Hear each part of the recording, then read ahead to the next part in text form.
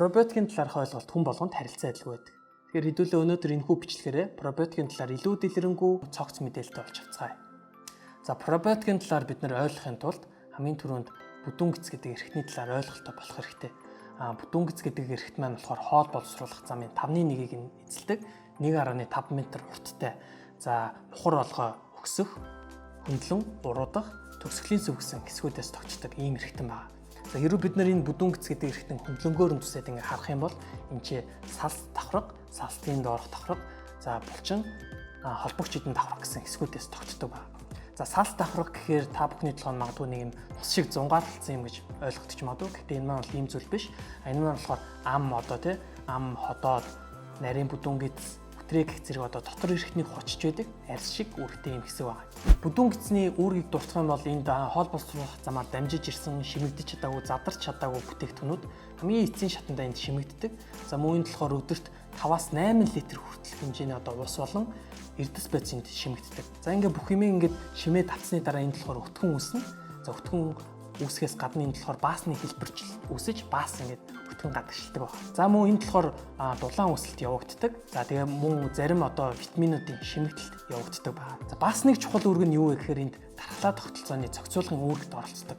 Энэ маань яаж вэ гэхээр энэ бүдүүн гэц гэдэг эрхтэнд маань буруу их найд хэвийн бичил битээ орж идэг. Энийг нь болохоор бүдүүн гэцний микрофлора буюу бүдүүн гэцний бичил ертөнц гэж ойлгож байна. За тэгэхээр энэ бүдүүн гэцний бичил битнүүд маань болохоор одоо бидний хоол боловсруулах замаар дамж ирсэн тэр хооллохоос гадна тодорхой үүрэгтэй байдаг. Энэ үүргээс нь дуртах юм бол салст бүрхүүлд маш сайн одоо энэ наалдаж бэхлэгдэх чадвартай байдаг.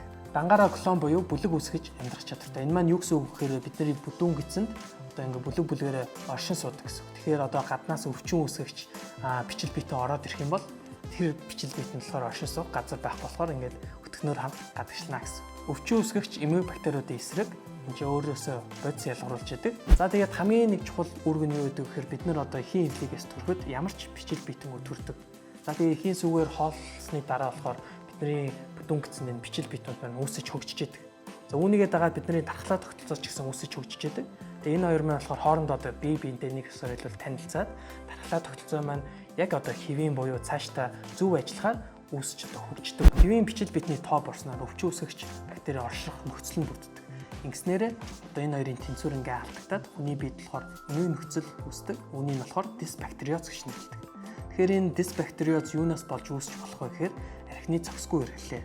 За буруу ололт, за тэгээ антибиотикийн дур мэдэн хэрэглэнээс үүдээд үүсч болдог байна. Дисбактериозын үед өтгөн хатах, суулгах, за гиз дүүрэх гэх зэрэг хоол боловсруулах замын хямрал шинжүүд бас илэрч идэг байнамаа. Инхээр бид энэ тэнцвэрийг гаднаас тавих хэрэгтэй болдог. За үүнийг болохоор бид нар пребиотик болон пробиотикоос авах боломжтой.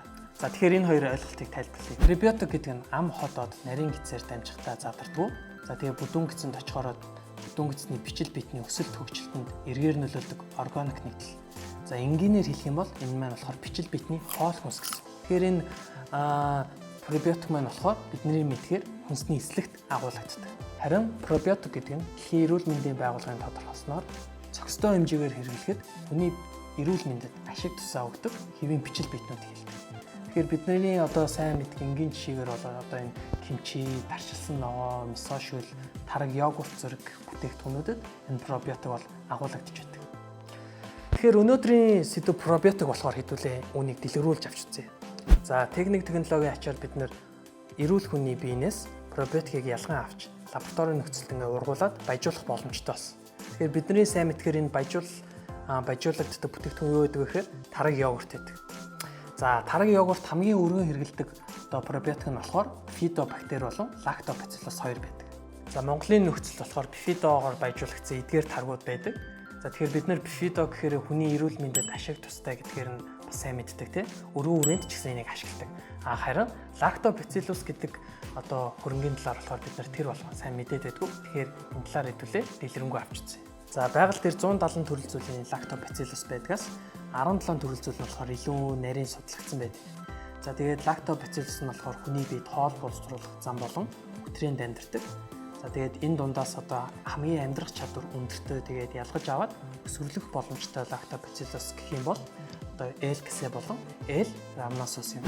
Яагаад энэ хоёр вэ гэхээр Энэ хоёр маань болохоор хоол боловсруулах замаас ялгарч байгаа тэр ходоодны хүчил, цэсний хүчил тэсвэртэй. Тэгээд тэсэж үлдээ цаашаа яваад яг тэр бүдүүн гидсэнд очоод тэнцэнэ оршин суух чадвартай болохоор лактобациллус дундаа одно гэж хэлж болно.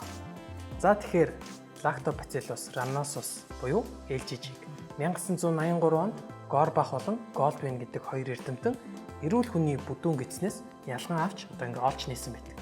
Тэгээ яагаад LGG гэж нэрлсэн бэ гэдэг нь бол энэ хоёр эрдэмтний нэрний эхний үсгээс аваад шууд lactobacillus GG гэд нэрлсэн буюу LGG гэсэн нэртэй байт юм байна. LGG-ийн дархлааг эсийн түвшинд дараах 3 замаар дэмжиж яадаг. За хамгийн ихэнд болохоор бүдүүн гидсний хананд бэхлэгдэж одоо өвчин үүсгэгч бичил битэн бэхлэгдэх боломжийг хязгаарлаж идэг. Хоёрдугаарт болохоор өөрөөсөө өвөрмөц одоо тэр өвчин үүсгэгч бактерийг устгах чадвартай нөөцийг ялгаруулж идэг. Гуравдугаарт нь болохоор тэр салс давхарт байгаа одоо хүчээр идүүдийн хооронд нь бат бөх холбоосыг сайжруулснаар энэ гидсний хамгаалтыг нэмэгдүүлдэг гэсэн. LGG-г дараах орнууд тараг болон йогуртанда баяжуулж ашиглаж юм байна. Үүнд нь Азийн орнууд, Европын орнууд, Америкийн нэгдсэн улс, Австрали, Африк орд юм байна. Манай Монголд LGG хөрөнгөөр баяжуулагдсан цорын ганц йогурт байд юм байна. Энэ болохоор сайн брендийн актив йогурт байдгийг олж мэдлээ.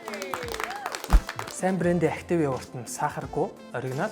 Тэгээ өөр бас 3 төрлийн амттай байд юм байна. Хамгийн сүүлд болохоор энэ манго тоор майлингийн өртөө шин төрөл нь гарсан байд юм байна. Бид өдөр тутамдаа 100 саяас 1 тэрбум бичил битэн агуулсан хүнс хэрэглэх нь өдрийн цогцтой хэмжээ болдог. Пробиотикоор баяжигдсан бүтээгдэхүүнүүд хамгийн багадаа 1 г тутамдаа 1 сая бичил битнийг агуулсан байх ёстой байдаг.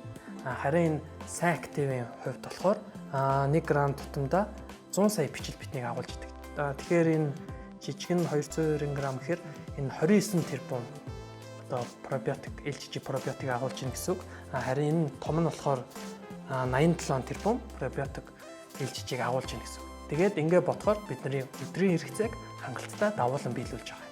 Мөн эдгээр бүтээгдэхүүнүүд маань Монголда үйлдвэрлэгдэж байгаа болохоор бидний гар дээр шинээр ирдэг.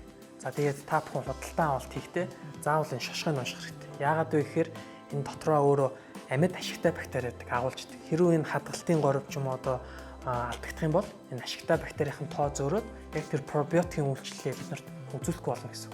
Тэгэхээр худалдан авалт хийхдээ та бүхэн үйлдвэрлэгдсэн онсаар за тэгээд хадгалах хугацаа за тэгээд ямар нөхцөлд хадгалах ёстой юм одоо нэг задлснаас шийд хоног хэрэглэх ингээд шашхыг бас сайн уншиж хөвшөөрэй гэж зөвлөж байна. Өнөөдрийн бичлэгийг дүгнэж хэлэхэд бүдүүн гидсэнд 3 их 80 хэвийн бичил битнүүд оршин байдаг. Энэ нь хүний эрүүл мэндэд чухал үүрэг гүйцэтгэдэг талаар хэдүүлээ ойлголттой болсон.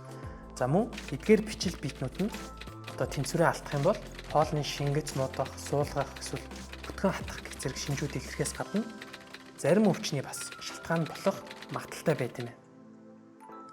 За тэгээд энэ тэнцвэрт байдлаа хадгалж эрүүл байхын тулд хүнсэндээ нэмэлтээр пребиотик болон пробиотикийг зайлшгүй хэрэглэх хэрэгтэй. Амьдралын хэм маягаа өөрчилж сайн актив байцгаая.